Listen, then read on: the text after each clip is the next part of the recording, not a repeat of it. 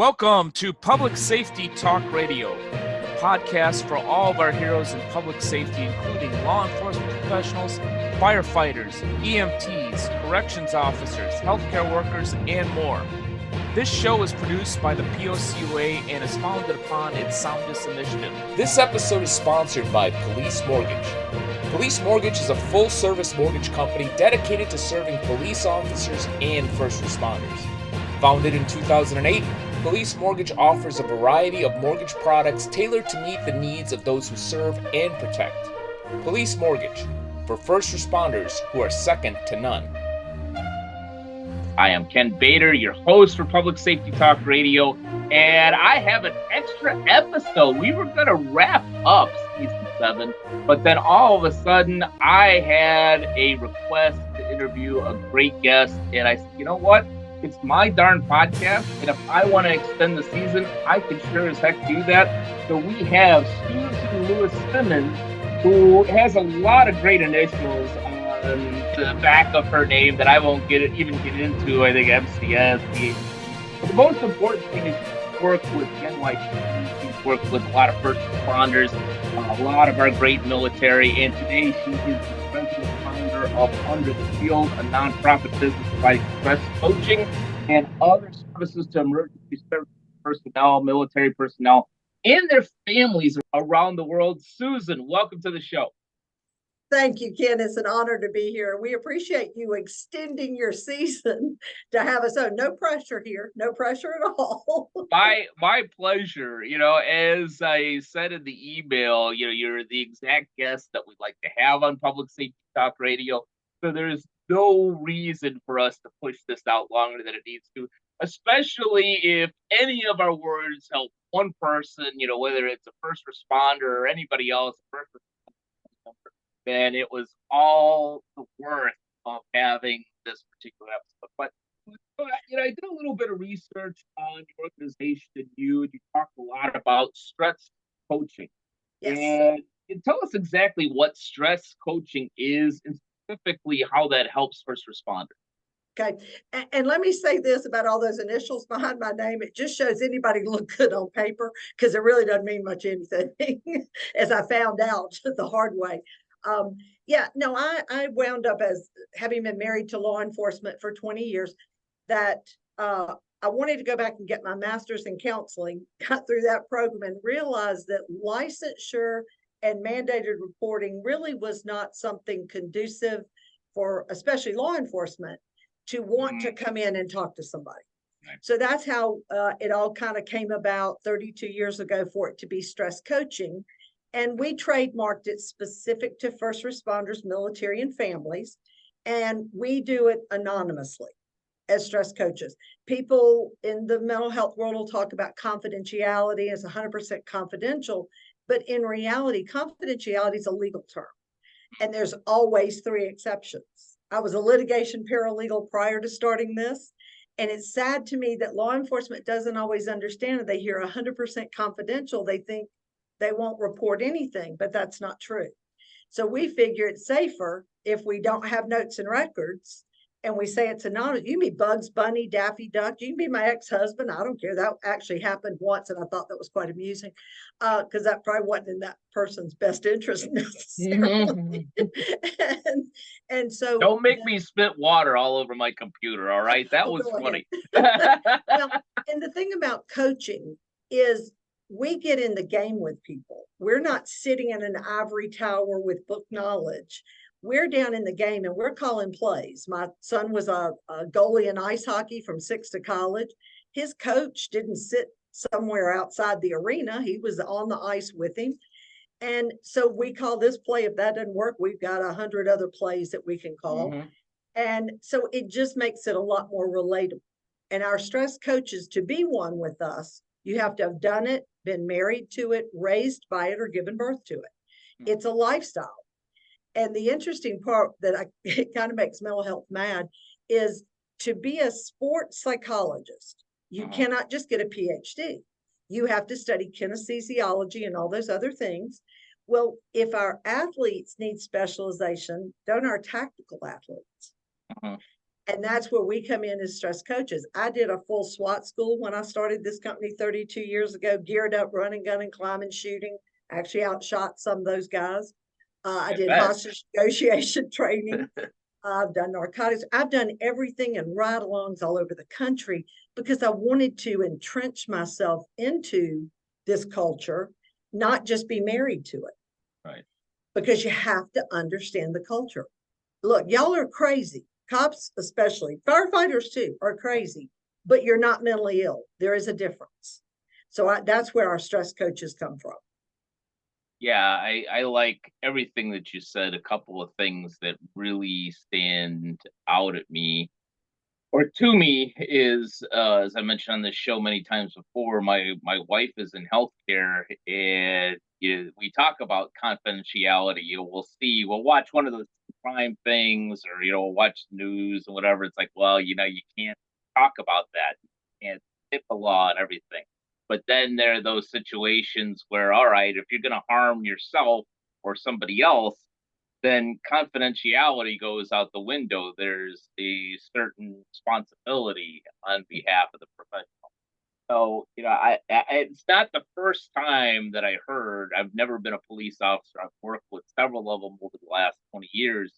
It's not the first time I've heard, well, I think I got a problem, but I'm not going to tell anybody because I'm not going to have them take my gun and badge away.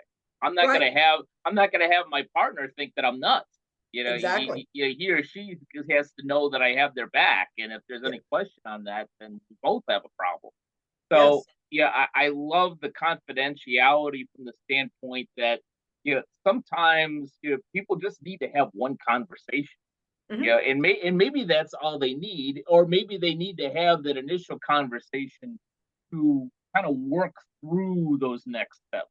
Maybe that next step is, all right, you know what, we're happy to talk to you, but your next step maybe is, you know what, maybe you really shouldn't be on this for a little while. Do you talk through some of those things, or? Well, here's how we approach it. We Sure. believe the brain controls the body, but how the body feels impacts what the brain thinks. My son laughs and says this, who knew the Snickers commercial would endorse his mother's philosophy? But the reality is for 32 years, I have dealt with a lot of officers suicidal and fire.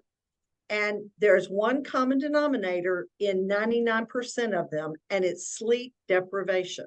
Mm. It is not mental illness. And I can give you an example. I'm sitting here in our podcast studio. It's the Chris Ferrara podcast studio. Chris was a Chandler, Arizona police officer. And when I met him in 2012, when I moved out here, he was a sergeant, was suicidal. Well, and we hear this a lot. Chris went to an overpass on the 202 and was going to jump in front of an 18-wheeler. Well, the reason he didn't do it is because he worried about the 18-wheeler driver. If he truly were mentally ill, he wouldn't have cared about it. And we hear Right. this a lot. And so when we can get them sleeping, and we can usually turn it around in 48 hours for the most part, then things tend to change. And here's the scary part that mental health really doesn't understand, and I wish they did. They're good people meaning well. Mm. But here's the thing, there's no better psychologist than a police officer, because psychology is the study of human behavior. Mm-hmm. Every cop on every stop, even off duty, sitting in restaurants, they're assessing human behavior around them. So again, watching them with a psychologist can be quite funny. It's like a cat with a mouse, kind of batting them around. But they have to have the freedom to be able to walk in and say, I'm thinking about killing myself. I had an officer sitting in my driveway in my home where my office used to be in Gilbert, and for about 10, 15 minutes, and I'm thinking, you're wasting my time. Come on in. And he finally walks in, and I go, why are you wasting my time? He said, well, I was sitting out there with my gun in my mouth. And I said, well, you obviously chose not to pull the trigger. Mm-hmm. He goes, no, I knew it'd piss you off if I did it in your driveway. Good call. And he sat down, and for 4 hours, we did what we call emptying the psychological garbage can, which is a theory that I wrote 32 years ago, the Simmons theory of the psychological garbage can, that explains post-traumatic stress as an injury, not a disorder, meaning permanent. And literally they leave the office after, and I'm not going to let them leave in that state of mind. I Sure. never have, never will. If they have to sit there 6 hours with me, sometimes they're going, hey, I promise not to kill myself. You'll let me leave. What I'm trying to say here. But when we can explain it to them, then because they'll be going, man, I thought I was losing my mind. And when I'll give you a prime example, when I started this company 32 years ago, I had a senior Montgomery police officer who told me, he said, Susan, love you to death, but I don't need you. I've dealt with human pain and suffering, all of these horrible things. He goes, I'm sure there's some new academy rookie that's going to be in touch with his feminine side. And he's going to need to talk to somebody about all this. About 5 years into it, I get a call, and it's this officer screaming, crying, wailing, gnashing teeth. I'm like, what in the world?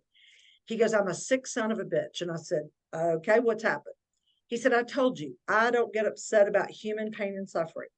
He said, but I have just seen a stray dog get run over and I'm devastated. And I told him, I said, you know what? I said, sit on the curb. Because he said he was in uniform downtown Montgomery, middle of a business day, outside his marked unit, crying his eyes out.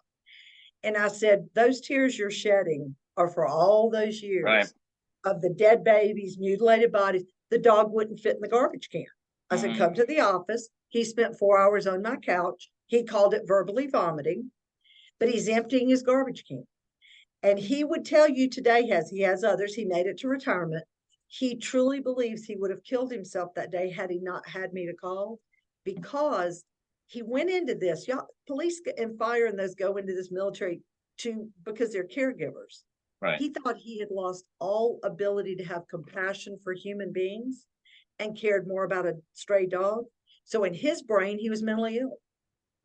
That wasn't it at all.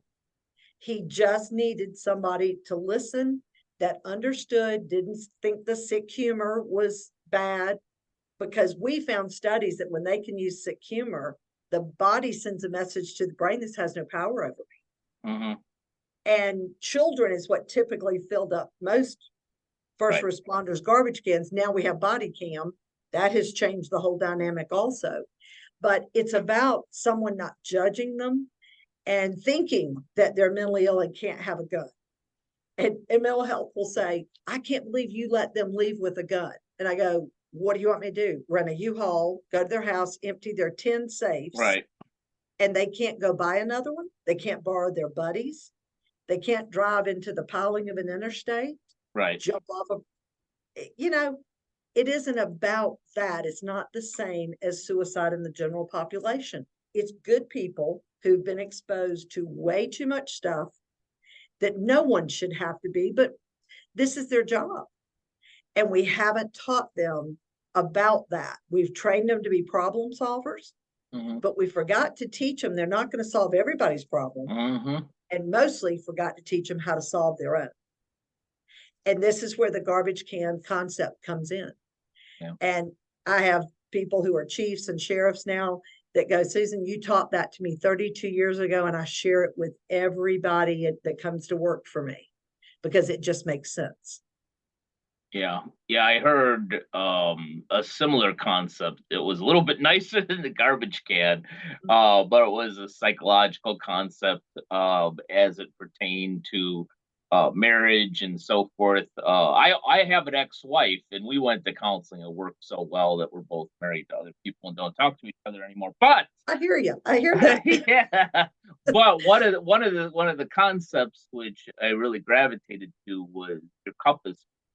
And sometimes your cup is so full, and then your spouse is trying to talk to you about a serious issue, and it's like it's basically like having a full hot cup of coffee and then pouring more hot coffee on top of it, all over your hand. That's not going to be a positive reaction. Are you looking for a podcast to answer some financial questions? Well, then check out the Mortgage Beat podcast, brought to you by Police Mortgage, for first responders who are second to none. Mortgage Beat gives insight into the home loan process specifically for police officers, firefighters, and other public safety professionals. The podcast is hosted by Police Mortgage CEO John Aritos, who has decades of experience in the mortgage industry. Check out Mortgage Beat on Spotify today. But I want to go back to the sleep deprivation. Because that is, I've talked to a lot of experts like yourself that are doing great things for first responders. You're the first person to bring up sleep deprivation as one of the main issues, for lack of a better way of putting it. Is sleep deprivation a symptom of a bigger problem, such as PTSI, or is sleep deprivation the problem itself, or it depends on the person? Well, I think there are different reasons people are sleep deprived, Yeah. and it can start early on in life. And it isn't about one of the things we teach is it's not about the quantity of sleep, it's about your quality of sleep. It drives me crazy to have these people talk about you need 7.5 hours. Well, not me. I was a 5-hour sleeper and got exactly what I needed in those 5 hours. And so there's a huge misconception, but they're all having to work so much and so much overtime, whether it's to cover expenses Right. or to cover teams because they're short staffed everywhere or whatever. And then we expect them literally to walk in and drop in the bed and go to sleep after the adrenaline rushes and all of those things. And that's one of the things we talk to them about is if they have an adrenaline rush late in their shift, if they don't use it, then that can impact their sleep quality. And so when you can start giving them reasons, and it's funny because I always ask spouses, does your law enforcement spouse kind of twitch in their sleep? And almost 100%, you'll see them nodding. And the law enforcement spouse has no idea. Well, they're not getting down into REM and delta sleep like they should. So they may sleep 12 hours and wake up exhausted.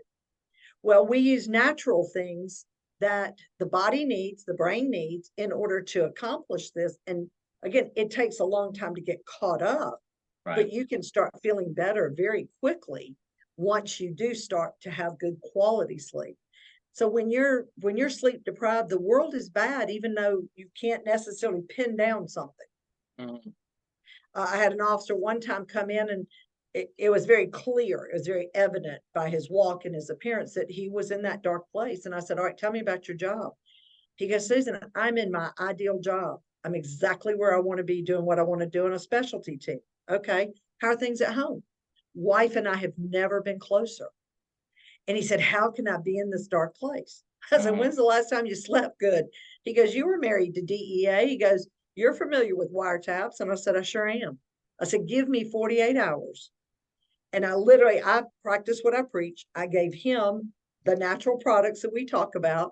And 3 days later, he called me and he said, I didn't know life could be this good.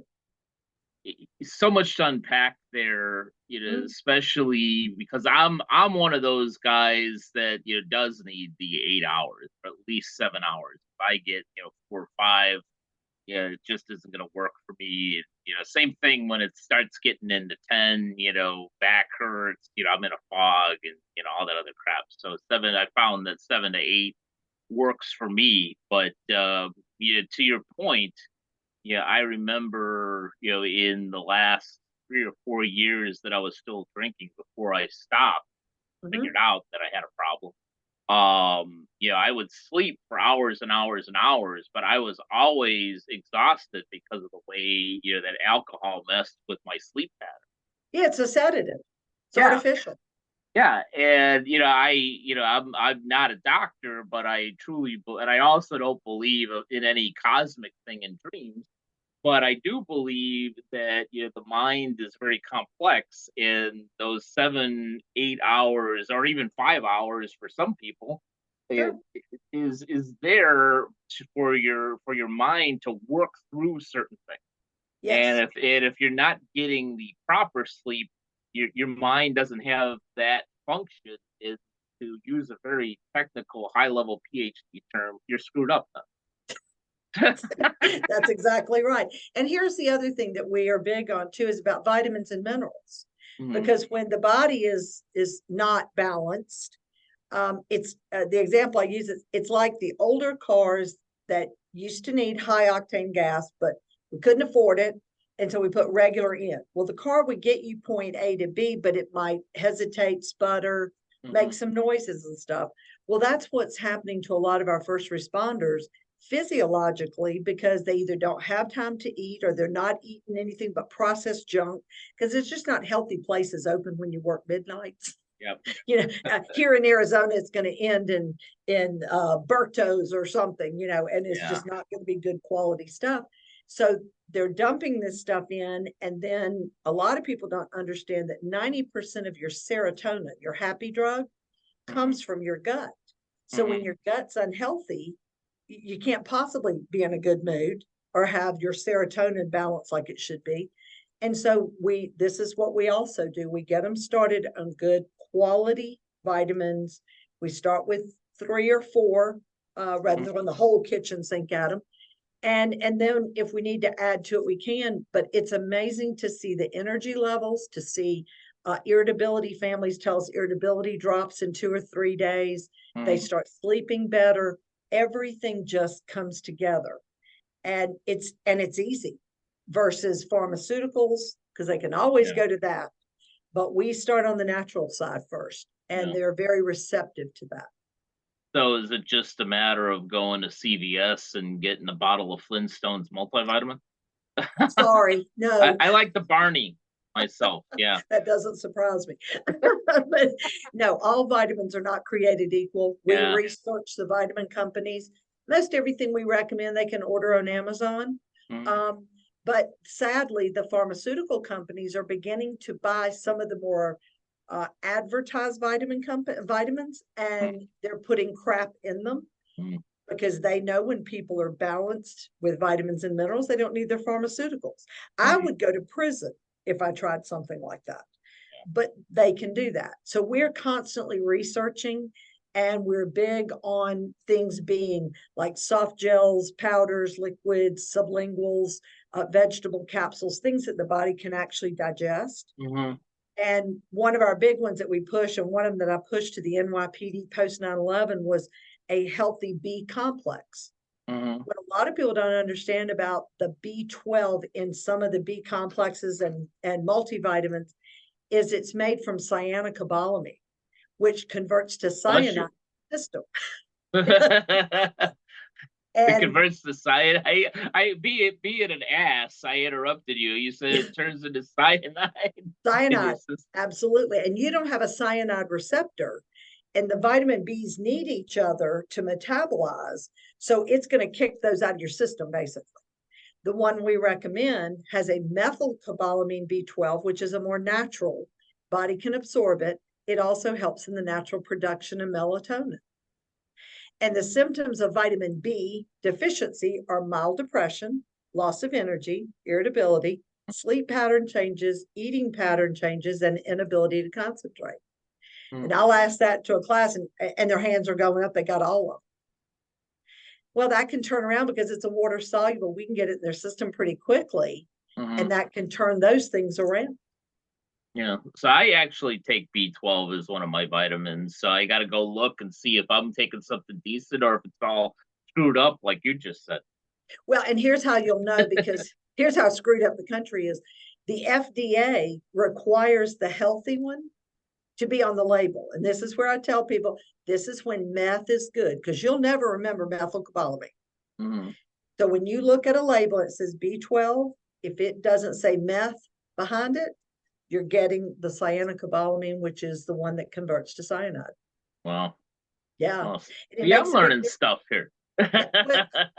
That's the way this works. And you need to be taking a good B complex along with that B12 for it to really metabolize in your system. Because there's 8 or 9, depending on who you talk to, vitamin Bs, and they need each other in order to metabolize and fully benefit what you're using it for. Interesting.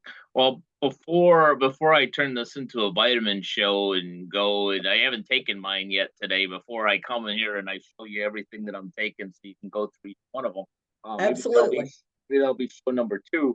I do want to get back to the stress. Yes. Because we kind of got on the sleep deprivation, which is important. We don't talk much about that on this show, and I'm glad that we covered a bunch of that. But well, and you can die from sleep deprivation. Oh, sure. And stress will cause that. Yep. And that's why we kind of tie it all in together. And, the coffee cup example is one, but here's why I came up with the garbage can theory. And here's what it looks like. And this is why families need to be a part of our training that explains it, because they're the first line of defense. They see the early warning signs. Correct. And here's how we explain it. All first responders, military, they have what they do is a lifestyle. So they have one psychological garbage can. It could have started filling up as a child or in high school, whatever. But here's what we tell them to look for. If you compare your psychological garbage can to the garbage at home, first thing you notice about your garbage at home, if you don't empty it, is it smells bad. Psychological garbage can, your attitude sucks, you're irritable, you're cynical, you're snapping at your families. Families are saying things like, you're not as much fun as you used to be. We call that post-traumatic stress. Garbage can is full. If you go to empty your garbage at home, it's been sitting there, it's decayed, it's mildewed, the bag is decayed, you pick it up, bottom falls out, and you have a huge mess. Psychological garbage can, we start to see anxiety, depression, sleep deprivation, high blood pressure, heartburn turns to acid reflux, and addictions. That's post-traumatic stress injury. And we tell them you can stay in that injured state till you're suicidal, you're divorced 5 times, you get DUIs, get fired, retire, whatever, or you can do what we call post-traumatic stress growth by growing through their injury.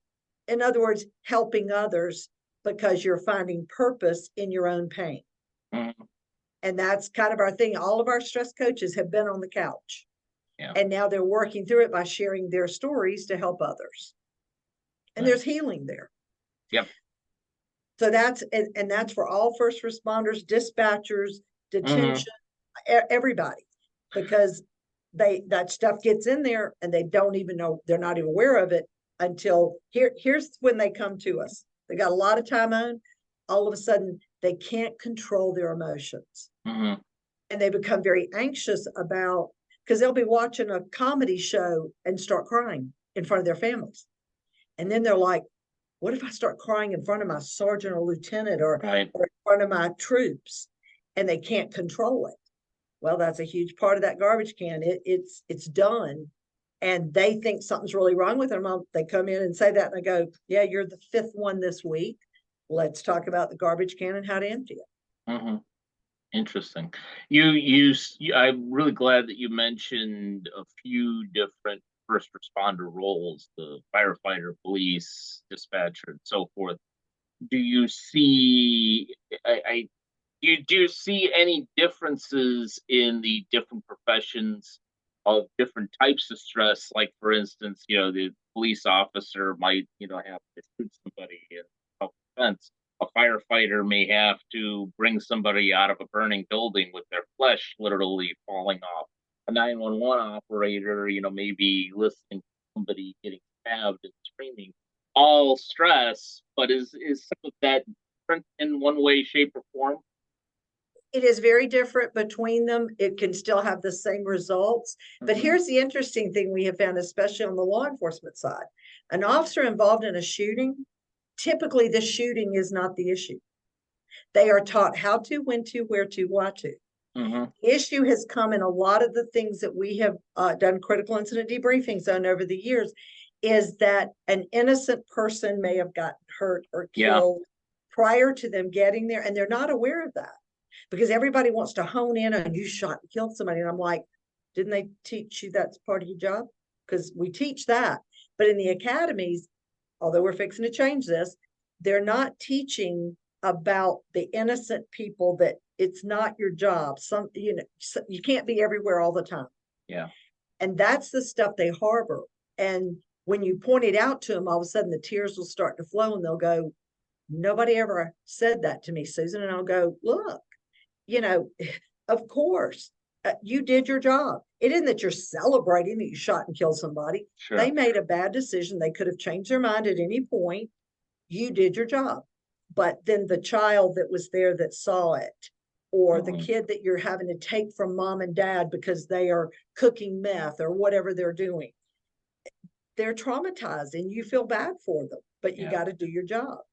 Dispatch, what we find with them is so many times they don't ever know the outcome of the call. They're the one Yeah. initiating, get somebody there. Fire, one of the biggest advantages, it's not as much as it used to be, but for fire is they work the call and they go back to the fire station as a team. Troopers out here can have to see the worst wreck in the world and they drive off on a lonely highway by themselves. Some don't even go to briefing. So there's not this camaraderie coming back. They sign on in their vehicle, sign off in their vehicle. Yeah. But fire at least comes back to the firehouse and they know each other that way. But law enforcement could have county, city, state, fed all in one event, and fire. Fire also gets the opportunity to save people a lot of times, where usually when PD gets there, it's done. And so that's a hard part of it. It's not to say that fire doesn't have garbage cans that fill up 100%. Sure. But the interesting part is with all of them, sometimes the garbage can is filled up by lack of leadership and really bad supervisors. Yeah. Because what we're hearing now is, especially on the law enforcement side, they're afraid they're going to go to jail for doing their job because upper management, I don't call them leaders, upper management will throw them under a bus. Yeah. And it's sad. The public has no idea. Yep. And this is the kind of stuff that we try to help them with, is that ability to, first of all, verbalize it, get it out of the garbage can, talk about whoever, and talk about whatever they'd like to do to them, because we're not going to judge them in these things. We understand it. And that's where stress really, and this is the hard part too, is when we teach a class, and I'm about to go to San Diego in 2 weeks to train Border Patrol. That's one of our regulars. And one of the first things that I do is I put up I ask them, is stress good, bad, positive, or negative? They eventually go, all the above. Sure is. Well, then I read the definitions of stress, and most of them are negative. They're really talking more about stress reaction. And the way we define it is stress is change, good or bad. The body responds to change, lighting, temperatures, whatever. Stressors are the activating event that bring about the change: marriage, divorce, promotion, kid go to the Marine Corps. In my case, that was hard. I had to go to Paris Island in the summer, but that's okay. Mama wanted to go. And then he deployed. Mama really wanted to go with him. But yeah. then we talk about stress reaction, and we teach a supervisor's class, because everybody's reaction to the stressor can be different, and it's based on your perception. And so this is where the second line of defense are supervisors. And they need to be aware of early warning signs to hit what we call episodic stress, where they get people help before it hits chronic, where they have to discipline or terminate, and nobody can afford to discipline or terminate anybody right now. And we're talking about 18-year officers I've seen in departments around here, that departments, because of lack of leadership at the top, they're literally firing these people over things that are not fireable offenses. Yeah, inconsequential. Yes. And you go, how much money have you tied up in these people? And experience. And they've had no other internal affairs investigations, but they said something to make you mad and they get rid of it right before 2 years to retirement. It's that stuff a lot of times is what is in their garbage can, even more so than all the other things, but they have to be made aware of it. Yeah. Yeah, this is a little off the cuff, but one of the things that I did a little bit of research on a couple years after COVID, in all this unfortunate George Floyd and anti-police sentiment out there, is the concept of empathy fatigue. That you eventually, to kind of use your garbage can analogy, that you're so full that you lose the capacity to even care. And I can't even imagine the psychological effect that has on an individual. Have you seen more of that? Well, that's interesting, because that's an earlier precursor to the garbage can. And then when they do become emotional, then they really freak out, because they've gone from this kind of stone cold, nothing bothers me, to now I'm crying over watching a comedian or listening to something on the radio that's not even. Well, maybe it was just a really bad comedian and you're pissed that you're wasting the time. I mean, That's true. That's always a possibility. But it's almost the stages that we see of the garbage Yeah. can. But again, the rewarding part for me is always when I can explain these things to somebody who's already scared to death to be in there, because until they figure out Susan's buttons ain't getting pushed, and I'm not talking to anybody or telling anybody anything, and then I can start to explain it. And the scary thing for a lot of them is she knows way too much to have never been a cop. Well, I'm not a cop because I just shoot people. Cops in Alabama will say Susan doesn't carry for protection. She's afraid she'll miss a chance to shoot somebody. There's probably some truth in that, especially at my age. But the reality is that's what they need, is somebody not sitting back. How does that make you feel? That is of zero value. And then we can give them tools of ways to handle and empty the garbage can. They don't even have to be in our office. And they'll think I'm crazy when I tell them some of these things, but then when they do it, they go, I can't believe how much that helped. Yeah. And so, we're giving them practical things. And again, our sessions, most mental health will run 50 minutes. And I understand that because of insurance and stuff.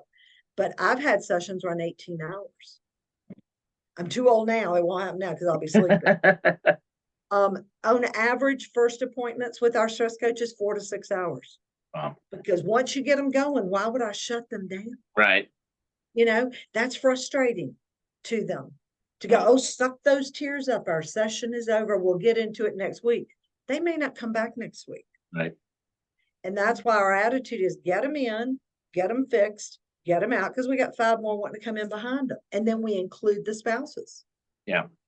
Because they're affected by this. And they're, in my situation, I could be Marshall's biggest stressor or stress reliever. But I needed to know my role, and I needed to know what to look for and the ways that I could help, or where I could get him for help that wasn't going to jeopardize his job. Yeah. And it's frustrating to us to hear mental health and even leadership or managers and departments say the culture has to change. The culture is not going to change as long as the licensed world is a mandated reporter. And we're not eliminating the licensed world. There are times you have to use them for workman's comp, industrial, medical retirements. What we're big on is a 3-tiered approach: peer support, stress coaching in the middle, and the licensed world on the end. Because when we build the rapport, then they'll go to the licensed people we recommend that we have vetted that do the next part of it if that's necessary, which is not most of the time. Most of the time we can deal with it. Yeah, makes a lot of sense, and I like the approach of at some point bringing the spouse in. Yeah, I think that whether it's been first responders or even a good friend of mine does an addiction podcast called Family Sobriety Now. That he talks a lot about the fact that while you may be well-meaning, you may be part of the problem. Or you may be part of the problem even though you're trying so hard. You need to know some of these things and some of these triggers. There's nothing we don't deal with. We help put marriages back together. And in my own case, mine had to go for treatment, for alcohol treatment. Well, he got 30 days, and I always wondered, when do I get my 30 days? Yeah. Because I was there with young children, and I was impacted by the 9 years of it. But I never seemed to get mine. And that's something that they need, and they need that understanding. We even have a stress coach here who was the son of a Chandler police officer. He's in the process of getting his master's in counseling. His father died of COVID. He was the first line of duty death, COVID, in January of 21. And he does stress coaching for our adolescents and kids of first responders because he lived it. Yep. He can relate, and he knows how to communicate with them, and he's an invaluable resource. And so we deal with the kids too. We have parents that call us. We have siblings that call. We don't turn anybody away because it is a lifestyle. And it's time that we start to recognize that. Yeah. Well, Susan, I could talk to you for 18 hours. Me too. Yeah, and be a lot smarter for it, but I can't Well, I'm work not 4 promising hours. that. Now, Yeah, wait a minute. Now, let's get this straight. I want Hang to on a guarantee. minute. I want to guarantee. Damn it. But I want my 7 or 8 hours. So we'll kind of wrap this up with this. Other than the obvious answer, which is talk to somebody under the shield and under the, if there's a first responder out there that's struggling with mental wellness, that here's some of this about the sleep deprivation, about the irritability, about the garbage can, and some clicks. That sounds more familiar than I would like it to be, other than to call under the shield, which I would recommend, or somebody. What's one piece of advice you might be able to give them to say, you know what, at least do this, and that could make you just a little bit better and move you on the right path? Sure. And look, and we're big on call whoever you need to call. Right. We aren't saying don't call license. We're just saying be aware of what the limitations and restrictions are, but call somebody. I don't care if it's your pastor, your chaplain, a peer, license, whoever, call somebody.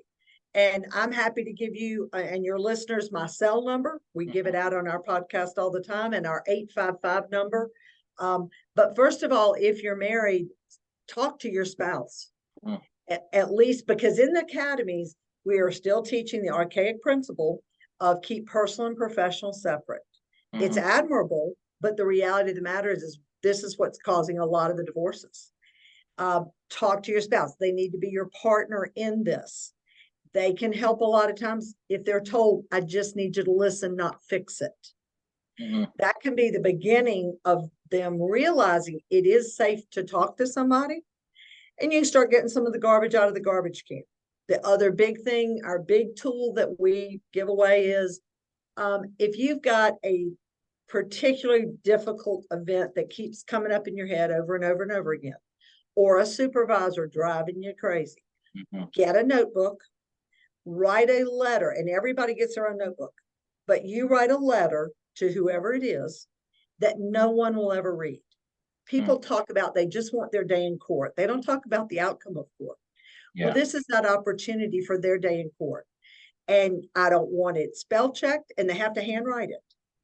But they write and write and write. Don't worry about spelling, punctuation. I don't even care if it's legible, because if you're really doing it right, you are thinking faster than you can write. Right. Scribble. And when you can't think of anything else to say, close the notebook. Something stirs again, go at it again. One day you'll look at the notebook and go, you know what? I'm done. And you burn it. Because if you think somebody, and this is a great way of getting garbage out of the garbage can. My children, when they were 4 and 7, their dad was DEA, were almost executed at a mall in Montgomery, Alabama, when they were 4 and 7. A contract on them for a year we knew nothing about. Yeah. I had to write those volumes of letters to this particular individual. And it was the only thing that kept me sane there for a while. But I had the right to think, feel, and express everything I did think, feel, and express. And you never erase or scratch out, and you never reread what you wrote, because that's picking the garbage back up. You're emptying your garbage on the paper. It's a form of what's called Gestalt therapy, that you talk to an empty chair. First responders aren't real fans of me putting a chair in front of them and going, okay, talk to that person. They're like, Susan, you've been doing this too long. There's something wrong with you. And this they can do on their own time. It's emotionally draining, and it can help them when they can't sleep. It's Chris Ferrara was murdered. He was my best friend. He was murdered in 2021 at the end of April. And I still write to him. I even write good stuff to him about, because he was a big part of the company. But it's just a great way of getting things out rather than stuffing it in or letting it build up like a pressure cooker. That's a great way to start getting garbage out. But they can call us 24/7. And our 855 number, we don't even have their phone number. This is how anonymous it is. And if they call 855-889-2348 and hit extension 1, it will get a stress coach. Let it ring, because it's rolling to the next available stress coach. and we have the number on our phone that they called, not their number. Mhm. Families can call us if they have concerns, need some advice. They can reach out to me on my cell phone at 334-324-3570. They can text me. I say text during the day, call at night. Mhm. But they don't ever have to tell me who they are. They can block their number, whatever they want to do. But they need to make sure they're reaching out to somebody that can provide the help that they need. It's Awesome. not a sign of weakness. Mhm. These are good people that we have put in very difficult positions, and they just need to be able to have the safety of no judgment and no retribution on their job. And that's why we're here. I feel like this is Yeah. a ministry that God has given to me. I work 7 days a week. I'm already scheduling people for the 4th of July. And they're like, it's the 4th. I go, yes, just another day in the week. And I'll wear red, white, and blue and go rah rah as a Marine mom. But I don't work a day in my life because I love what I do. Yeah. Yeah. And she could definitely text her anytime because she's only going to get 4 or 5 hours of sleep anyway. Hey, I can sleep when I'm dead. What are you talking about? And I just have a German Shepherd and a parrot. They don't care if the phone's going off at night. Well, Susan, thank you for bringing up those numbers. For anybody that wants to do a little research before making that call, give us your website as well.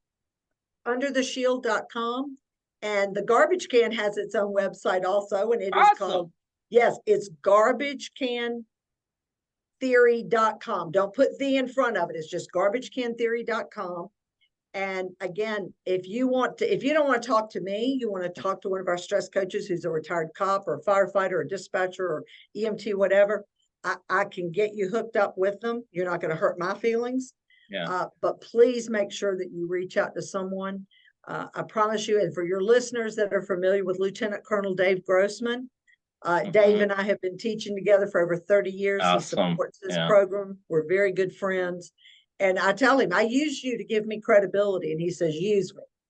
And so to those who are familiar with Dave, he's a huge fan of what we do. But please, whether it's us, somebody reach out, because there is help out there. And this is not about weakness or mental illness. It's about good people hurting and needing that help. And that's what we're here for.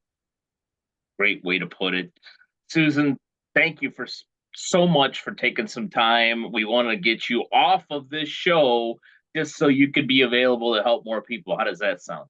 Absolutely. And thank you so much for giving us this opportunity. And I want to say to the first responders out there too, thank you for what you do and the sacrifices you make. But more importantly, thank you to the families for the sacrifices that they make. I've been there, done that, and they just don't get to hear that enough. But we do appreciate all that they do. Yeah, absolutely. We're here just right before the 4th of July, and there's a lot of families that because their loved one is going to be out there helping us stay safe out there, aren't going to have the picnic and all of those other things. So thank you to the first responders and all their families. Thank you again, Susan, for an awesome conversation, and thank all of you who have either watched or listen to this episode of Public Safety Talk Radio, and we'll be back with you next week with a wrap-up of Season 7. Public Safety Talk Radio is produced by the POCUA. POCUA is a consortium of financial institutions serving law enforcement as well as other first responders and public safety professionals. To learn more about our association and to find one of our credit unions or service providers near you, go to www.policecreditunions.com. And always remember, if you aren't working with one of our POCUA credit unions, you're just banking with an institution that just so happens to serve first responders. As a public safety professional, you and your family deserve better. Find a POCUA credit union today.